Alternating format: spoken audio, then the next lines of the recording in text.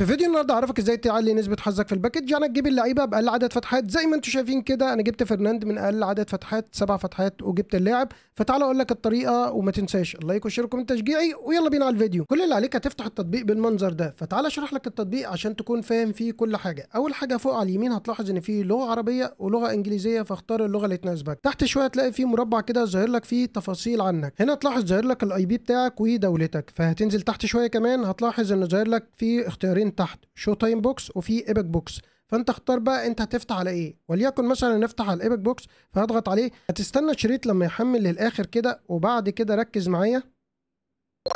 هنا عمل كونكت بالسيرفر بتاع اللعبه. بعد كده بيقول لك حاله السيرفر ايه. لو ظهر لك جود دي فمعنى كده ان السيرفر 50% ل 50% يطلع لك. وفي اختيارات تانية ممكن تظهر لك، فالاختيار الافضل انت اللي تفتح فيه، وانا هقول لك كل الاختيارات عشان تقدر تفتح. لو جاب لك كراودت او مثلا السيرفر عليه اوفرلود او اي حاجه تانية حمراء فبلاش، لكن لو اي حاجه خضراء فافتح كده معلم وانت مطمن وهيجي لك. فهنا كمان 6 فتحات، وفتحت اول فتحه وطبعا ما جاش حاجه، كنسلت بسرعه ودخلت على الفتحه التانية رجاله وفتحت برضو، وكان الحظ للاسف برضو سيء. ودخلت على الفتحه الثالثه واستمريت في التفتيح برضو ما جاش حاجه. ودخلت على الفتحه الرابعه وانتظرت، وبرضو السجاده احمرت كده في بشرة خير. افضل لاعب موجود في الباك زي ما انتم شايفين كده. طبعا تعالوا ندخل على التشكيله ونشوف فعلا فرناند معانا ولا لا، عشان في ناس طبعا هتشكك في الموضوع. بص يا جماعه، فرناند اهو، حطه لك في اي حته انت عاوزه اهو، تمام موجود معانا. فما تنساش تجرب الطريقه دي، هتعلم من حظك.